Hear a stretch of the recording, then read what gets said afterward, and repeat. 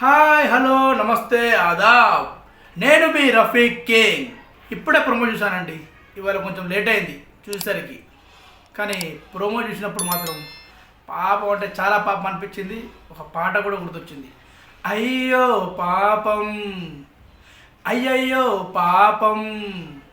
ఆ పాట ఎందుకు గుర్తొచ్చింది, ఆ పాపం ఎందుకు అనిపించింది అంటే, మొన్న టాస్క్ ఇచ్చాడు కదా బిగ్ బాస్ రమ్యకు సపరేట్ పవర్.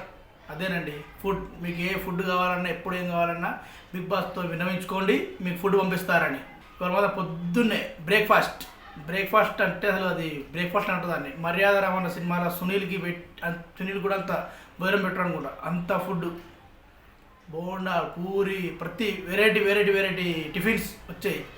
గార్డెన్లో అందరూ ఒక్కసారిగా వచ్చి, ఇంకా రమ్య ఎవరితో పంచుకుంటామంటే సుమన్ శెట్టి గారితో పంచుకుంటామని చెప్పి ఇద్దరు కూర్చొని తింటుంటే అందరూ ఇమాన్యులు అయితే నోరూరు అనుకుంటానేసరికి మన తనుజ ఒక్కసారిగా బోండం తీసి నోట్ల ఇలా వేసింది. అట్లా అందుకే పాపం వాళ్ళు తినేది ఇద్దరే, చూసేది అందరు హౌస్మేట్స్ అందరూ. అందుకే చాలా పాపం అనిపించింది. ఇక టిఫిన్ సెక్షన్ అయిపోయింది, బ్రేక్ఫాస్ట్ సెక్షన్ అయిపోయిన తర్వాత మన మధ్యాహ్నం లంచ్.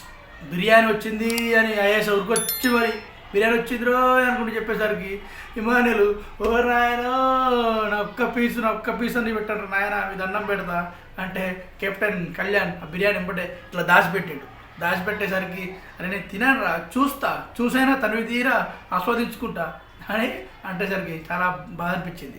ఏమైనా లోపల కోపం ఉన్నా కూడా పైన నవ్వుకుంటూ, ఏం బిగ్ బాస్ నేను నీ కొడుకును కదా, సుమన్ శెట్టి ఒక్కడే నీ కొడుక, నేను నా చెత్త కుప్పలో దొరికానా, నా ఒక్క చికెన్ పీస్ పంపండి బిగ్ బాస్ ప్లీజ్ అంటూ వేడుకుంటుంటే అక్కడ ఉన్న వాళ్ళందరూ నవ్వారు.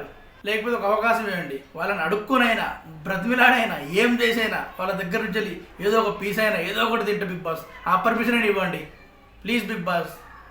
ఇలా బిగ్ బాస్ని రిక్వెస్ట్ చేస్తాడు ఇమానుయల్. ఇలా ప్రోమో ముగిసింది. నాకైతే పర్సనల్గా అనిపించింది ఏంటంటే, మొన్న బిగ్ బాస్ నాగార్జున గారి ముందే పవర్ ఇస్తున్నప్పుడే నాకు అనిపించింది ఏంటంటే, మొన్న వచ్చిన రమ్యకే ఆల్రెడీ మొత్తం మొన్న వచ్చింది కదా, అన్ని అన్నీ వస్తుంది. పాపం ఎప్పటి నుంచో నెలన్నర నుంచి ఉన్న వాళ్ళకు ఈ పవర్ ఇస్తే, ఫస్ట్ నుంచి ఉన్న హౌస్మేట్స్కి ఎవరికో ఒకరికి ఆ పవర్ ఇస్తే పాపం ఒక్కరైనా కడుపుండే తినేవారు. రమ్య అంటే మొన్న 1 వీక్ కూడా కాలే వెళ్ళి 3 to 4 డేస్కి అన్ని రకాల వంటకాలు పంపిస్తే ఆమెకు అంత ఎక్సైట్మెంట్ ఏముండదు. అదే ఎప్పటి నుంచి ఫస్ట్ నుంచి ఉన్న హౌస్మేట్స్కి ఇస్తే వాళ్ళకి ఎక్సైట్మెంట్ ఉంటుంది. ఇంటి ఫుడ్ కానీ బయట ఫుడ్ కానీ అన్ని ఆహారాలు దొరకవు ఎట్లా బిగ్ బాస్ హౌస్లో.